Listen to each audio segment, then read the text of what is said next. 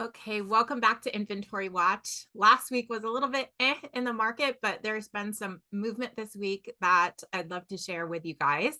I also promised that I'd probably pull up some stats around the single family rental market and the like investment operators that are here in all of their rentals. And so I pulled some data for you guys that is super interesting. So stick around. Let's just get into it, guys.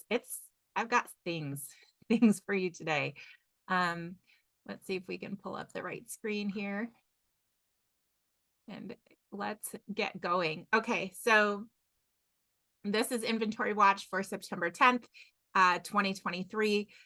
We've been pulling inventory every single week and going over the numbers and what's been happening in the market. Before we go over the numbers today, I do want to talk about Invitation Homes.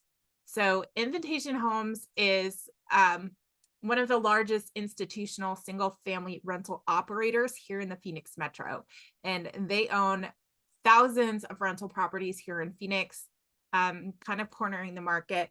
And they kind of came into fruition in the last downturn. So back in the fall of like that market crash in 2007, 2008 during the Great Recession, these guys actually came in and provided like fundamental stability here in Phoenix, where they were coming in and hedge funds were purchasing homes for their portfolios.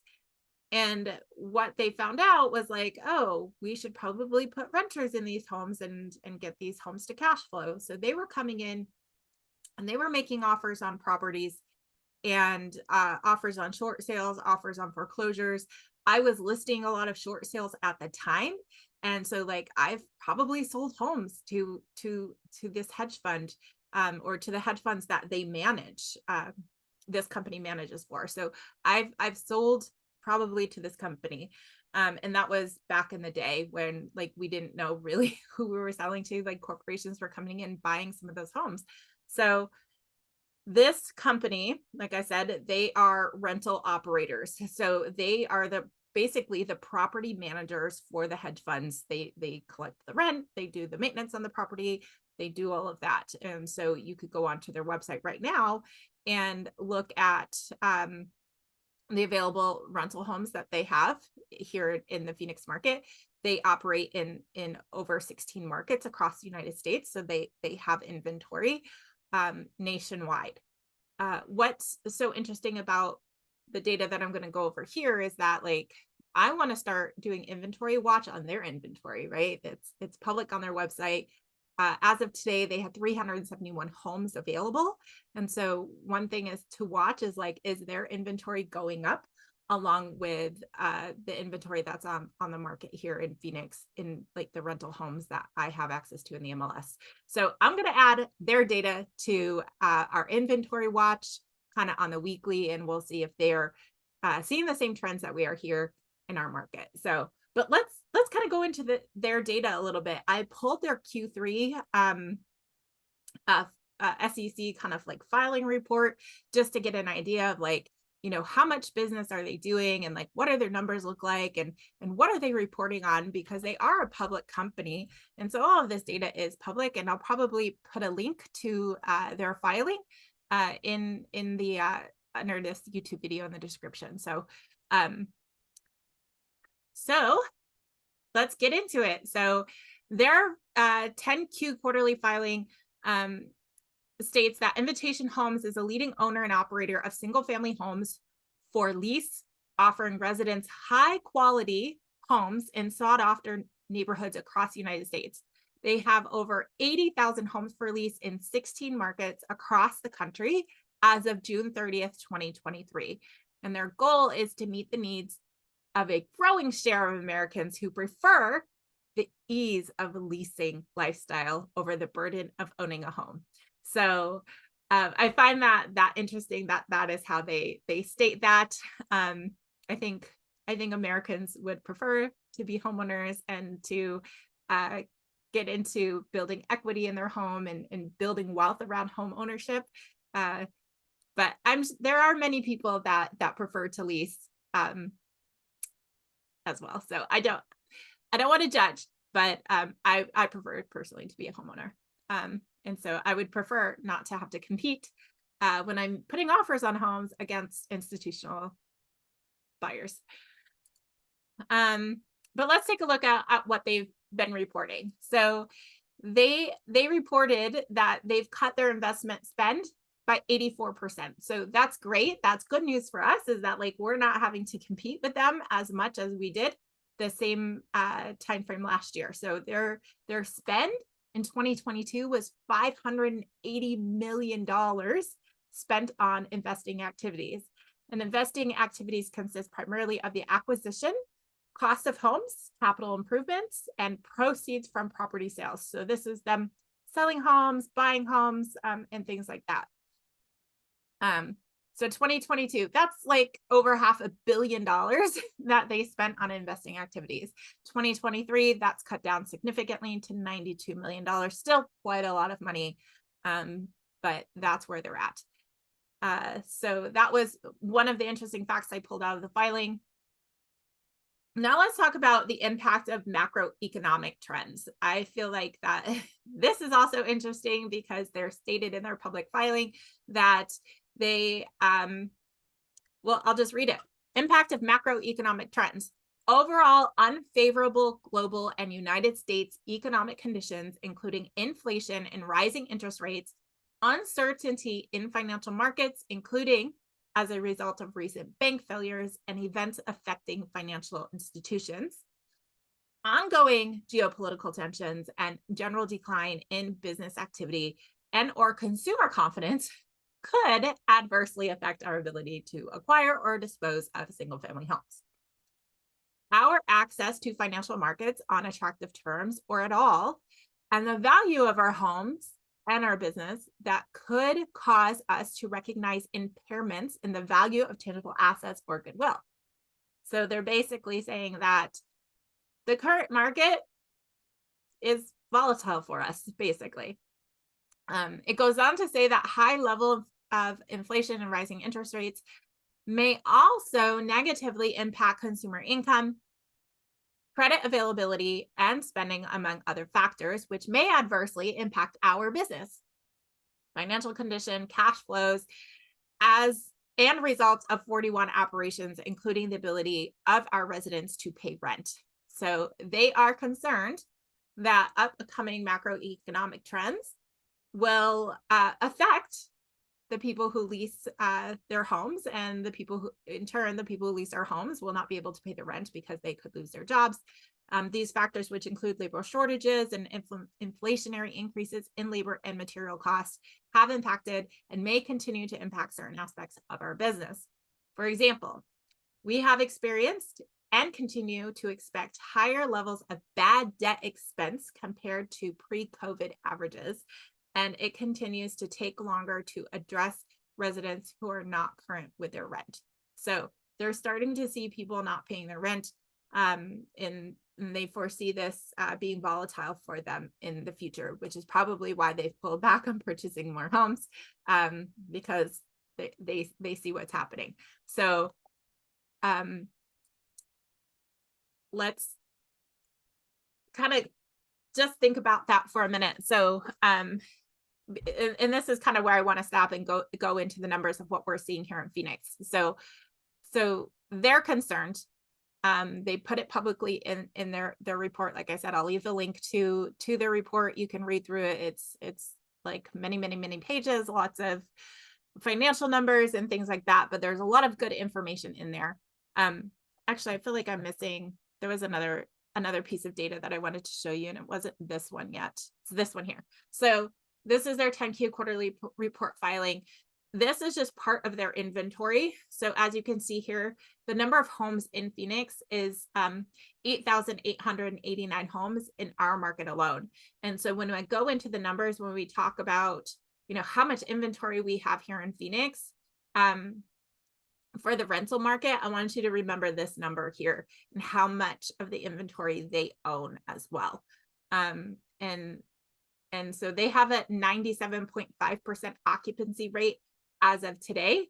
And it doesn't show their occupancy rate last year, but this is something as they file their next one, I'll be interested in seeing like what their occupancy rate is like in the next quarter, and if that goes down from 97.5%. So their average monthly rent here in Phoenix is $19.65. So also I want you to keep that number in mind as well as we go through and I go over the weekly numbers for us here in Phoenix. I'm going to do that next. And then we'll talk about that other slide that I just passed through really fast. So I have a spreadsheet called supply and demand report. So this is where I've been tracking the numbers and putting them into like a cool deck for you guys in a slideshow. But I just wanted to show you these numbers so you can actually see the trend.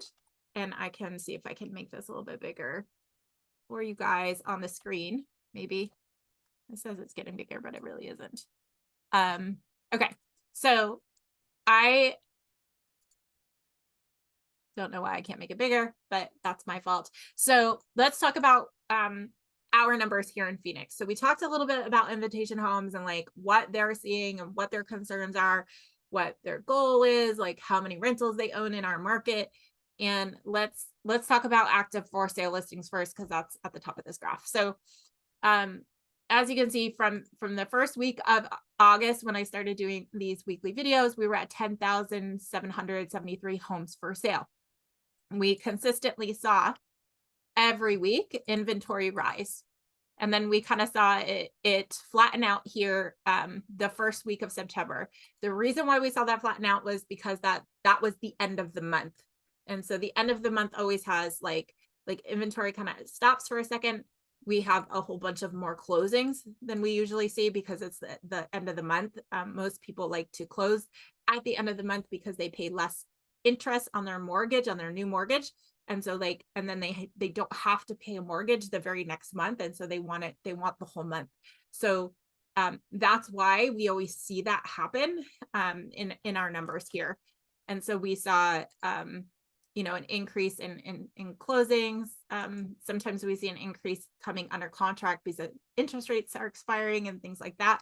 And so we see like a boost of activity. And so that caused this number to kind of flatten out. But what we did see was that this week, the numbers just went right back on rising. So we saw another 380 something homes come back to the market. And so we saw inventory increase again.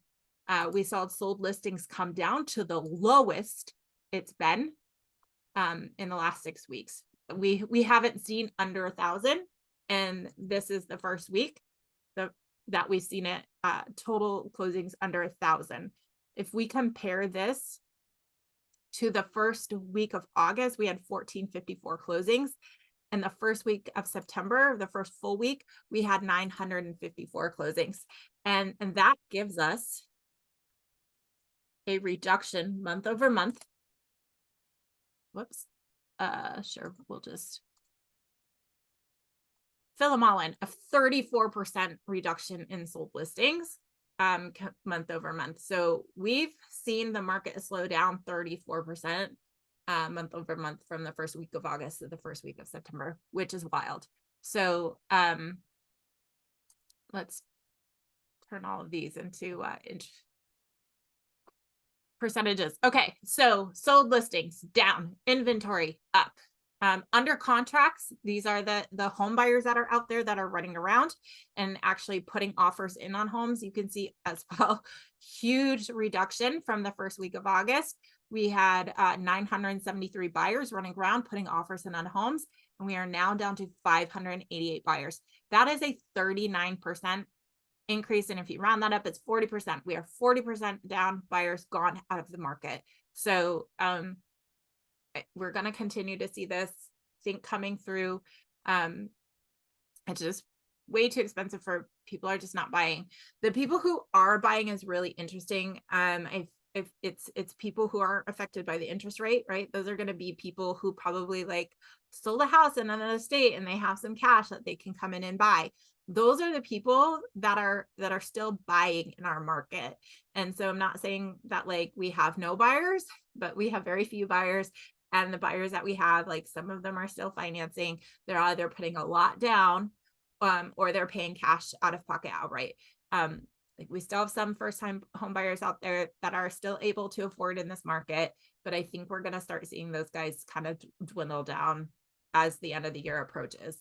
So, that's where we're at there. So that's residential. Let's talk about rentals, because we just did that whole thing with Invitation Homes and like how many homes that they own. So I want you guys to understand that we had only 5,000 homes on the market at the beginning of August, and we are now at 7,133 rental homes on the market first week of September. So we've seen an increase in inventory of 37%. Okay. From the same week last month. So it's interesting. How many homes did Invitation have? I told you to remember that number. It was like 8,800 and something, right? 8,800 homes. They have more homes in their inventory than we have in the market right now. And so I don't know where they own their homes, what zip codes they own their homes, but my main concern with how many homes that they own is going to be, do they corner the market? Do they control the rents? Are they driving rental prices up because they own enough inventory to do that in our market? So something to think about. And if I can find more data on it, I will, and I'll report back. But right now, like that's what's swirling through my head, like looking at like, oh, they own almost 9,000 homes here. And we only have 5,000 on the market. Makes you think, right? So let's look at the what's been closing. Look at these list price averages are like in the 4,000s. Like I think some of these are going to be the short term like Airbnb type rentals that are furnished and things like that. Obviously those aren't renting because what's been renting is like, here's the sale price average of the rentals. And so you can see like every like it went from 2,600 to 2,300 to 24 to 22. And so like rents have been kind of coming down. They've been a little erratical and unstable. You can see they're trying to hold their prices because it's back up. It was 26, then it was 23, then it was 24, then it was 22, then back up to 24. Now we're down to 23 again. So like it's really it's been really volatile, like the rental prices. I almost wonder if like they're holding those prices up. But overall, month over month, we saw rent prices come down 11.6% from the beginning of August. So I think that's super interesting. I think there was another stat on my slideshow that I didn't go over. Let's look at it. Let's see if we can find it. This one. Okay, so this is back on Invitation Homes. They have new build commitments, which I think is really interesting. This is in their public filing. They stated that we have entered into binding purchase agreements with certain home builders for the purchase of 2,249 homes over the next 7 years. Estimated remaining commitment under these agreements total approximately 750,000 as of June 2023. So 2,000 homes they're under contract with home builders.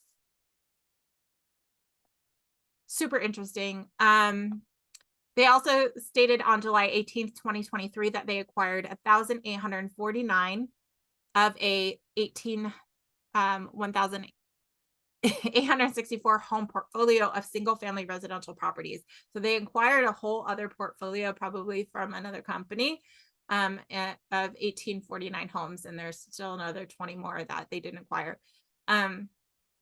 The portfolio has an aggregate purchase price of approximately $645,000, which we funded primarily with cash on hand and proceeds from $150,000 draw.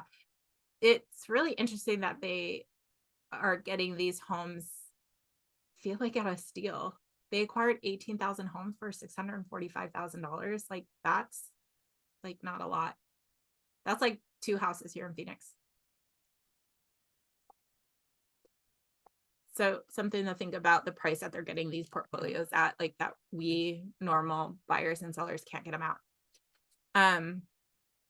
So I want to talk about the rising inventory, the rising housing inventory, not just the rental inventory. I want to get off rentals for a minute because I want to go back to that one slide that I skipped over, this one here.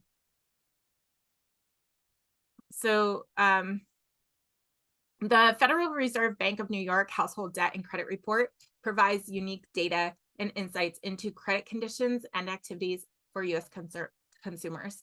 And I pulled this from there. They have this chart here about like Q2 2022 versus Q2 2023 and what like debt looks like. And this is delinquency debt here on this chart. And so we're talking about people who are 90 days or more delinquent on mortgages, student loans, auto debts, credit cards, things like that. And these things are very significant. And so this, especially this one here with the credit card debt, okay, it says 5%. Okay. And you can see mortgage debt says 0.63%, right? Home equity line of credit, like it's less than 8% is what it's showing. And the biggest one is 5%. But if you look over to the other side of this slide, it says credit card balances saw the largest increase of all debt types, 45 billion, and now stand at 1.3 trillion, surpassing the 1 trillion nominal terms for the first time in series history, which means that 5% of $1 trillion is $50.8 billion that are 90 days or more delinquent. And so we have to consider that there are people that are hurting out there. They got themselves into too much credit card debt. I want to make sure that I speak clearly around this, that if you are somebody who has a lot of credit card debt right now, like stop using your credit cards, cut them up, and start paying as much as you can off, because this is not going to get better going into the next couple of years.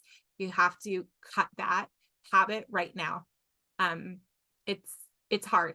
It puts you in a really bad place. And so like, as you can see here, there's $50.8 billion in credit card debt. And so one of the things that's happening because people have too much credit card debt, or they bought a car they couldn't afford, right? Because car prices were just insane, right? And like inflation on everything is causing people to make purchases that they probably can't back. Home equity lines of credit, like mortgages that are too expensive. Taxes are going up, like property taxes are making mortgages cost more. Insurance is making mortgages cost more. And so the cost of home ownership is actually going up as well. And so we're starting to see this kind of stuff happen. And so it's a reason why people will start putting their homes on the market, because they need to cash out that equity to cover the debts and get out of debt. They may have lost their job, or they just like went too far on the credit card debt. Like credit card debt's like 29%. Like it's stupid. Like we shouldn't be using it. It only keeps us in slavery and bondage. So to the banks and to the money, right? So anyway, that's me coming off my pedestal. But this, I think, is really important, because one of the things that we saw was that we saw housing inventory bottom out. And once you get to the bottom, there's only one way to go, guys. Inventory has to go back up. Like it can't continue to go down. And so affordability, because of these things, too much credit card debt, too much auto loan, too much like people being irresponsible because they had all of this cash and influx from COVID-19 stimulus. So we're starting to see the results of that. And so we have to be very careful. And so I think we're going to start seeing this more. I feel a little bit more confident that like inventory is going to keep going up, and things are starting to happen. And so anyway, that's me talking about all of that stuff. Supply and demand continuing to rise, or supply is continuing to rise, why demand is starting to wane down here in the Phoenix metro market. And we've got want to really keep an eye on these rentals. I want to see that affordability here in our market, because I would like to see homes affordable for my own kids, right? My kids are young adults now, and like it's a lot for them. Like they can't afford rent without 16 room. Like my son lives with 5 other guys. So it's just interesting. So I'm really watching this, these rental prices. I want to see if they will continue to fall and make it more affordable, because that will also make housing affordable. And I know those of us that own houses, like we love all of this equity that we have. But again, like even if it pulls back, we'll be okay. Um, but I don't want to see it crash like the Great Recession, but I do want to see it pull back. But anyway, that's what I got for you guys. That's what I got in the data. If you want to see a certain city, a certain town, hit me up in the comments. Let me know if there's like, if you just want to see Scottsdale, if you just want to see Queen Creek, if you just want to see Peoria, I can definitely segment it out. If not, great. We'll see you again next week.